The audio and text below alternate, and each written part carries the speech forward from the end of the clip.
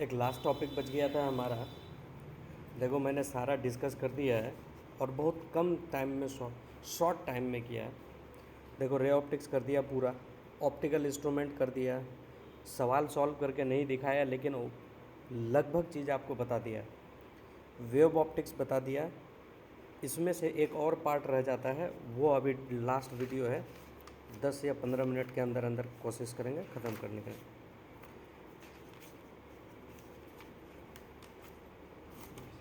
ठीक, ये रहा पोलराइजेशन। देखो पोलराइजेशन का मतलब ये होता है, आपने अगर क्रिकेट कभी देखा होगा तो वहाँ पे क्रिकेट प्लेयर अपना एक चश्मा पहनता है ब्लैक कलर का, वो एक्चुअल में पोलराइज़र है। इसलिए क्योंकि उनको धूप में खेलना है। अब अगर कोई धूप की तरफ आंख उठा के देखे तो दिखेगा नहीं, तो बॉल ऊपर से आएगी तो उसे दिखेगा नहीं। अगर बॉल दिखेगा नहीं तो वो बॉल पकड़ेगा कैसे, कैच कैसे करेगा। इसीलिए उसको एक स्पेशल टाइप का गिलास दिया जाता है जिसमें पोलराइज़र लगा रहता है, यानी कि फालतू लाइट को रोकता है। अब मैं आपको एक ये जनरल नॉलेज की बात बताता हूँ कि जो लाइट है ना, उसमें दो कंपोनेंट है। पहला है इलेक्ट्रिक फील्ड, दूसरा है मैग्नेटिक फील्ड। ये बनाया कैसे? मैक्सवेल ने बोला कि किसी चार्ज को, चार्ज में भी पॉजिटिव में भी निगेटिव, अगर इसको ए एक्सेलरेशन से मूव कराएंगे तभी इलेक्ट्रोमैग्नेटिक वेव बनेगा। ये बात आपको याद रखना। फिर उसके बाद एक पॉइंट आपको बताता हूँ कि electric field and magnetic field दोनों हैं। अब इलेक्ट्रिक फील्ड कोई एक पर्टिकुलर डायरेक्शन में घूम रहा है, हो सकता है इलेक्ट्रिक फील्ड ऐसे घूम रहा है और आपका लाइट ऐसे जा रहा है। दूसरा इलेक्ट्रिक फील्ड ऐसे है, कुछ भी हो सकता है। जैसे ये देखो, एक तो ऐसे है, दूसरा ऊपर नीचे है, तो ये अनपोलराइज्ड लाइट है। देखो अनपोलराइज्ड लाइट है, लेकिन ये जा किधर रही है? एक्स एक्सिस की ओर जा रही है। तो लाइट में इलेक्ट्रिक फील्ड और मैग्नेटिक फील्ड का दोनों का प्रोपोगेशन होगा, लेकिन हमारा आँख जो है सिर्फ और सिर्फ इलेक्ट्रिक फील्ड के लिए सेंसिबल होता है। तो हम चाहेंगे कि लाइट का इलेक्ट्रिक फील्ड वाला पार्ट को हम फालतू वाले को छांट दें और किसी एक पर्टिकुलर को ले लें। अब देखो पोलराइजेशन कैसे होगा, उसका ऑब्जर्वर कैसे होगा। तो देखो पोलैरीमीटर से काम करते हैं। पोलराइज़र कहते हैं, देखो यहाँ पे 3 प्रकार का पोलराइज़र होता है। निकोल प्रिज्म आपका जो है ना सिलेबस में है, ये भी प्रिज्म है, ये भी पोलराइज़र है, ये भी पोलराइज़र। यानी कि जो एक्स्ट्रा वाला देखो ना इलेक्ट्रिक फील्ड है ना, उसको छांटना है, कोई एक को जाने देना है। देखो यहाँ पर एक्स्ट्रा अनपोलराइज्ड लाइट है, यानी इलेक्ट्रिक फील्ड इधर भी है। मैग्नेटिक फील्ड को अभी वो दर्शा नहीं रहा, तो इसको जब इस पोलराइज़र से जाने देंगे तो ये वाली कंपोनेंट को जाने दे रहा है, बाद बाकी ये इन दोनों को छांट दे रहा है। तो इसीलिए बोला कि अब ये प्लेन पोलराइज्ड लाइट है, जिस प्लेन में इसको करेंगे वो इसीलिए प्लेन पोलराइज्ड लाइट बोला। अब आपको ज़्यादा दिमाग नहीं लगाना, क्योंकि इसकी थ्योरी समझने बैठोगे तो फिर आगे चल करके सवाल नहीं बना पाओगे। आपको सवाल बनाना है और ज़्यादा दिमाग नहीं लगाना है। अगर लगाना है तो एग्ज़ाम बाद लगाना है। तो देखो ऑर्डिनरी कोई लाइट है, यानी कि जनरल सोर्स है, इसको आने दिया। देखो ये परपेंडिकुलर है, डॉट मतलब ऊपर आता है, क्रॉस मतलब अंदर जाता है। ये मैंने एरो वाले से बताया था कि एरो जब आपकी तरफ आएगा तो डॉट दिखेगा, एरो अगर आपके दूर जाएगा तो क्रॉस दिखेगा। ये मैंने आपको पहले बताया रखा है। देखो इसने डॉट वाले पोर्शन को काट दिया। अगर डॉट वाले पोर्शन को काट दिया तो देखो तो आपको कुछ ऐसा पोला मिला।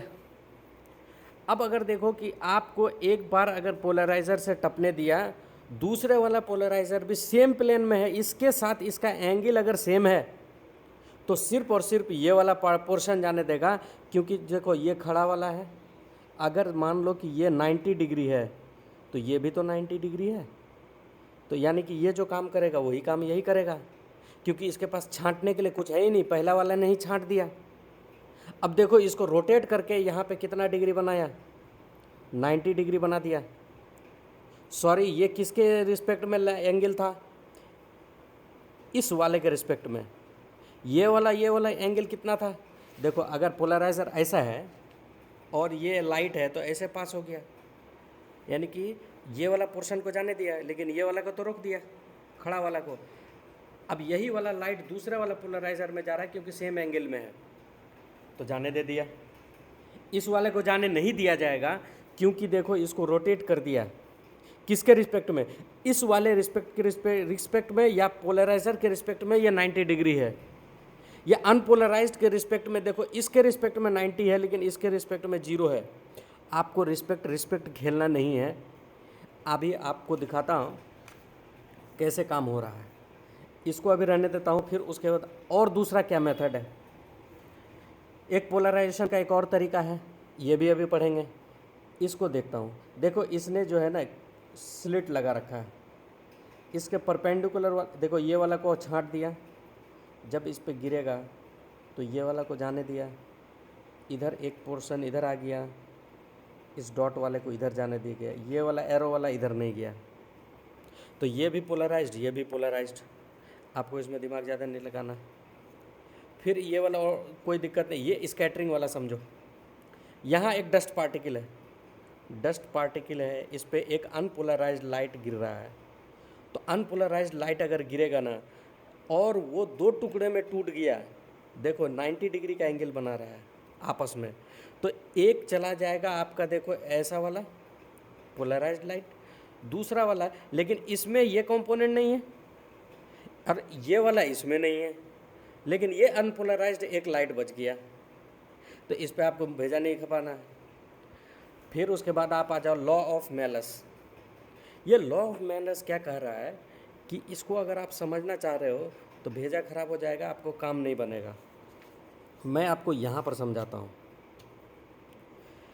पहला वाले के वजह से देखो तो इसका हाफ पोर्शन को उड़ा दिया क्या, तो अगर यहाँ इंटेंसिटी आई था तो पहला अगर पोलराइज़र है तो दूसरा ऑब्जर्वर कहलाएगा। पहला पोलराइज़र के वजह से क्या आपने इसका इंटेंसिटी में एक आधा छांट दिया, तो I0/2। अगर I0 पहले था तो अभी I0/2, देखो I0 पहले था, अभी I0/2। अब इसके बाद जो ऑब्जर्वर से पास होगा, जो आपको दिखेगा, इधर आंख लगाओगे तो यहाँ कुछ आ नहीं रहा है। ऐसा क्यों है, क्योंकि यहाँ पे तब मेलस लॉ लगाओगे, तब बोलोगे कि I0/2 cos स्क्वायर थीटा, किसके रिस्पेक्ट में, पहला पोलराइज़र के रिस्पेक्ट में एनालाइज़र का एंगल। तो इसका एंगल कितना हो गया, ये मान लो कि 90 डिग्री हो गया, किसके रिस्पेक्ट में, इसके रिस्पेक्ट में, इस प्लेन के रिस्पेक्ट में, तो cos 90 0 होता है, इसीलिए इसके बाद आपको जो दिखा नहीं। ठीक है, अब देखो यहाँ पर आई आया तो पहला आएगा I0/2, उसके बाद थीटा एंगल पर है तो I0/2 into cos square theta.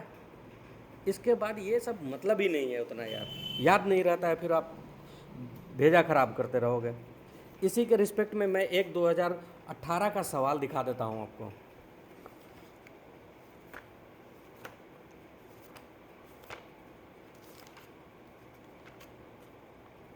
सत्रह का है, देखो 2 पोलराइज़र है, इसका सॉल्यूशन पे ही डायरेक्ट चलते हैं, सवाल आपको समझा देते हैं। हाँ ठीक है, देखो 2 पोलराइड्स हैं, P1 P2। अगर P1 यहाँ है, P2 यहाँ है, देखो सवाल आगे मैं पढ़ रखा हूँ इसलिए दूर में बनाया। Are placed with their axis perpendicular to each other, देखो ये एक्सिस परपेंडिकुलर है, इस पे खड़ा रखा हुआ, ठीक है।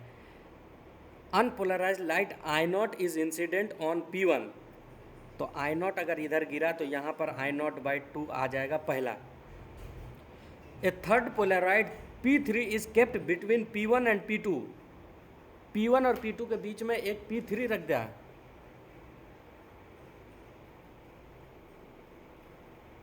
P3 रख दिया। अब वो बोल रहा है कि P3 जो है 45 डिग्री एंगल बना रहा है P1 से, तो ये कितना डिग्री दे रखा, 45। तो पहला जो होगा यानी I1 ये वाला से P3 से, P1 से कितना हो गया I0/2, P3 से कितना हो जाएगा I0/2 initial into cos square 45। Cos square 45 होता है 1/√2 का स्क्वायर, तो I0/4 हो गया। फिर ये एंगल इसके साथ कितना है, देखो ये वाला अगर 45 है, ये तो देखो ये P1 और P2 सेम था, ऐसे खड़ा था, ठीक है। अब जब P1 P2 ऐसे खड़ा था, P3 ऐसे एंगल था, तो इसके साथ ये 45 डिग्री, लेकिन इसके साथ तो फिर ये 45 डिग्री बना रहा, तो इसीलिए P3 के बाद P2 में क्या हो जाएगा I0/4 जो इसके आया, तो I0/4 इंटू कॉस स्क्वायर 45, फिर से जब करोगे तो I0/8 आ जाएगा। मेलस लॉ यही कह रहा था, इससे ज़्यादा कुछ नहीं है।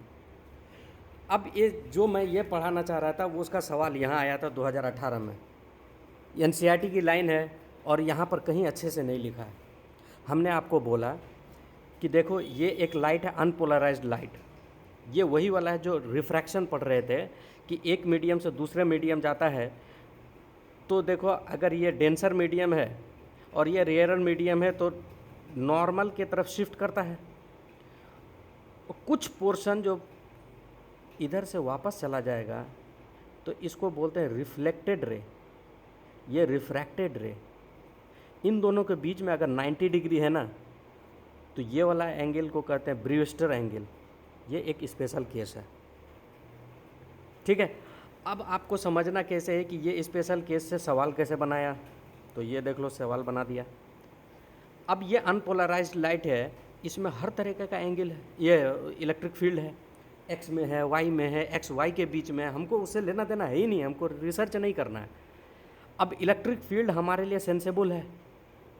अब अगर इलेक्ट्रिक फील्ड हमारे लिए सेंसिबल है तो देखो, तो ये वाला प्लेन में है और ये वाला प्लेन के परपेंडिकुलर है, देखो डॉट, तो प्लेन वाला को इधर मीडियम में जाने दे दिया, कोई ज़रूरी नहीं है कि इधर ही आएगा, लेकिन मीडियम में जाने दे दिया। इधर देखो पोलराइज्ड लाइट सिर्फ इसमें जो है ये वाला पोर्शन नहीं जाने दिया, डॉट वाला गया, लेकिन इसमें कुछ जगह डॉट है, देखो 2 जगह डॉट है, तो ये वाला लाइट जो है ना पार्शियली पोलराइज्ड है, पार्शियली पोलराइज्ड, ठीक है। उसके बाद इसका डेरिवेशन अगर आप समझना चाहते हो तो बहुत आसान है। देखो इसका डेरिवेशन को छोड़ो, आपको याद रखने के लिए तरीका बता देता हूँ। देखो यहाँ से ही बताता हूँ, mu is equal to tan θp। अब पहले पढ़ता हूँ यहाँ, unpolarised light is incident from air, देखो एयर से अनपोलराइज्ड आया, on a plane surface of material, refractive index mu, देखो वही चीज़ है, at a particular angle of incidence I, कोई खास एंगल आई पे पड़ रहा है, it found that the reflected and refracted rays, इसको रिफ्लेक्टेड बोलते हैं, इसको रिफ्लेक्टेड बोलते हैं, रिफ्लेक्टेड रिफ्रैक्टेड, ठीक है, rays are perpendicular to each other, यानी ये दोनों आपस में परपेंडिकुलर है, जो कि 90 डिग्री लिख दिया मैंने। Which of the following option is correct for this situation? देखो रिफ्लेक्टेड लाइट यानी ये वाला portion is polarised with its electric vector parallel to the plane of incidence. देखो ये अगर इलेक्ट्रिक वेक्टर है, ये ऊपर की ओर है, तो क्या ये प्लेन बोल रहा है कि reflected light is polarised with its electric vector parallel to the plane of incidence, parallel to the plane of incidence, किस प्लेन पे आया, ये अगर एक्स वाई एक्स और ये वाई है तो माइनस एक्स और वाई के प्लेन में है, तो क्या ये वाला परपेंडिकुलर नहीं हो गया, तो ये किस प्लेन में हो गया, एक्स और जेड प्लेन में हो गया, जेड एक्सिस ऐसे ऊपर होता है, तो एक्स और जेड प्लेन में हो गया, जो कि पहला वाला गलत हो गया। दूसरा reflected light is polarised with its electric vector perpendicular to the plane of incidence, देखो ये प्लेन है, उसके परपेंडिकुलर खड़ा है क्या, तो यही आंसर सही है। फिर ये क्यों नहीं गलत है, ये गलत क्यों है? तो देखो इसको कैसे लिखोगे, इसी को sine of I is equal to 1/μ, इसी को तो आई लिखते हैं, तो I is equal to sine inverse 1/μ लिखते हैं। तो tan I is equal to 1/μ। तो ये वाला मैच कर रहा है क्या? नहीं कर रहा है, क्योंकि देखो 1/μ है यहाँ पे डायरेक्ट है। इसीलिए जब आपको पूछा जाए ब्रीवेस्टर लॉ में तो बोलना mu tan, mu tan theta, mu is equal to tan theta. Mu tan याद करोगे काम खत्म हो जाएगा। अब इसके अलावा आपको इसमें कुछ पढ़ना नहीं है, आप सवाल बनाओ, काम खत्म।